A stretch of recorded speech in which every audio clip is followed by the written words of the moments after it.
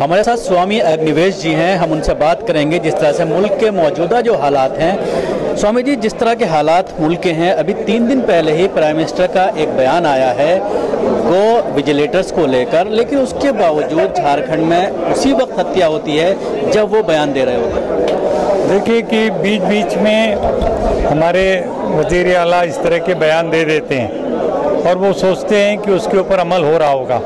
उनको अच्छी तरह से पता है कि उनकी किसी बात के ऊपर अमल नहीं हो रहा है, और यदि हो रहा होता तो पहलू खान के जो लिंच किए जो अपराधी हैं उनको पकड़ करके उनको सज़ा मिली हुई होती। आज तक नहीं हुआ, इतने दिन बीत गए। और अब जो जुनैद के साथ हुआ है, मुझे नहीं लगता कि कोई बहुत फ़र्क होगा। तो ये एक तरह से बयानबाजी करके और उसको चुप कराने का तरीका है। तीसरी बार प्राइम मिनिस्टर का बयान आया है, लेकिन इस तरह के मामला ज़्यादातर वहीं हो रहे हैं जहां पर बीजेपी की सरकार है। क्या उसके बावजूद जिस लीडर की हर आदमी सुनता है, तो क्या वहां के चीफ मिनिस्टर या वहां के जो मंत्री हैं या ऑफिसर्स हैं या पुलिस ऑफिसर्स हैं, वो एक्शन क्यों नहीं ले रहे? मुझे उसके पीछे की नीयत नहीं लगती है। एक बात कही जाती है केवल उसका एक पब्लिक कंजम्पशन के लिए, उस पर अमल कराने की यदि नीयत हो उसके पीछे, तो शायद ये बयान की भी जरूरत न पड़े और उसके ऊपर अमल होता हुआ दिखाई पड़े। 2-4 केसेस में हो जाए सख्ती के साथ। मैंने तो मांग की थी पहलू खान के मामले में और अभी परसों जुनैद के मामले में कि जो एंटी टेररिस्ट एक्ट है उसको इन्वोक कीजिए और उसके तहत आप सजा दे करके दिखाइए। एक बार करना काफ़ी होगा। प्रधानमंत्री जी, आपकी बात को लोग यकीन करने लगेंगे।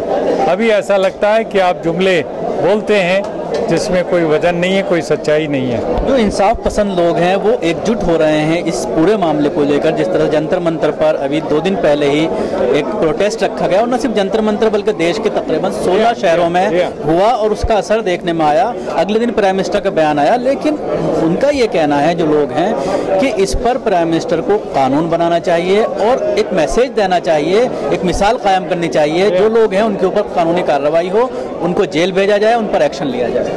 बिल्कुल सही कह रहे हैं आप, और तभी वो काबिल यकीन होंगे। वरना अभी बार बार इन बातों को बोलते रहने का कोई, अब लोगों का विश्वास जो है, क्रेडिबिलिटी ख़त्म होती जा रही है और लोग समझते हैं कि एक ऑर्केस्ट्रा जैसे बजता है, उस तरीके के है कि मैं तो बोलता रहूँगा और तुम अपना काम करते रहो। प्राइम मिनिस्टर ने बयान दिया, लेकिन उसके बाद शाम को कुछ चैनल्स पर डिस्कशन हो रही थी, तो हिंदूवादी तंजीम, चाहे वो बजरंग दल की बात करें या आरएसएस की बात करें, उनका ये कहना था कि अगर हमारी माँ को मारा जाएगा तो हम इस तरह की हरकत करेंगे। यानी प्राइम मिनिस्टर की बात का कोई उनके ऊपर। बिल्कुल, मैं वही कह रहा हूँ ना। वो भी जान रहे हैं कि शायद प्रधानमंत्री ऊपर से विंडो ड्रेसिंग के लिए बोल रहे हैं, और वो ईमानदारी से उनकी सरकारें, उनकी अपनी पार्टी की सरकारें उसके ऊपर अमल नहीं करेंगी। आप मजहबी लीडर हैं, क्या हिंदुइज्म इसकी इजाज़त देता है कि किसी की जान इस तरह के मामले में ली जाए? अगर वो कोई गाय को लेकर जा रहा है, यहाँ तक कि अगर कोई पालने के लिए लेकर जा रहा है, तो उसको गौ तस्कर बता करके उसकी जान ले ली जाए। देखिए, मैं तो कहूँगा कि सामने यदि कोई गोकशी भी कर रहा हो किसी कारण से, तो भी उसकी जान लेने का किसी को हक नहीं है। ठीक है ना? तो वो यदि गैर कानूनी है तो उसके खिलाफ आप पुलिस में जाइए, रिपोर्ट लिखवाइए, पुलिस कार्रवाई करेगी।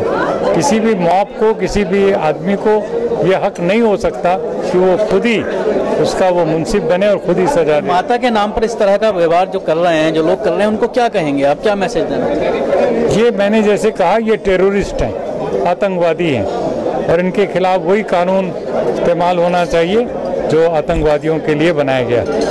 शुक्रिया। ये थे स्वामी अग्निवेश जी, जो तफसील से बता रहे थे कि किस तरह से इस पूरे मामले को लेकर सरकार की नीयत जो है वो साफ नज़र नहीं आ रही है। प्राइम मिनिस्टर जो है अपने बयानात देते हैं, लेकिन उसके बावजूद उस पर अमल होता हुआ नज़र नहीं आता।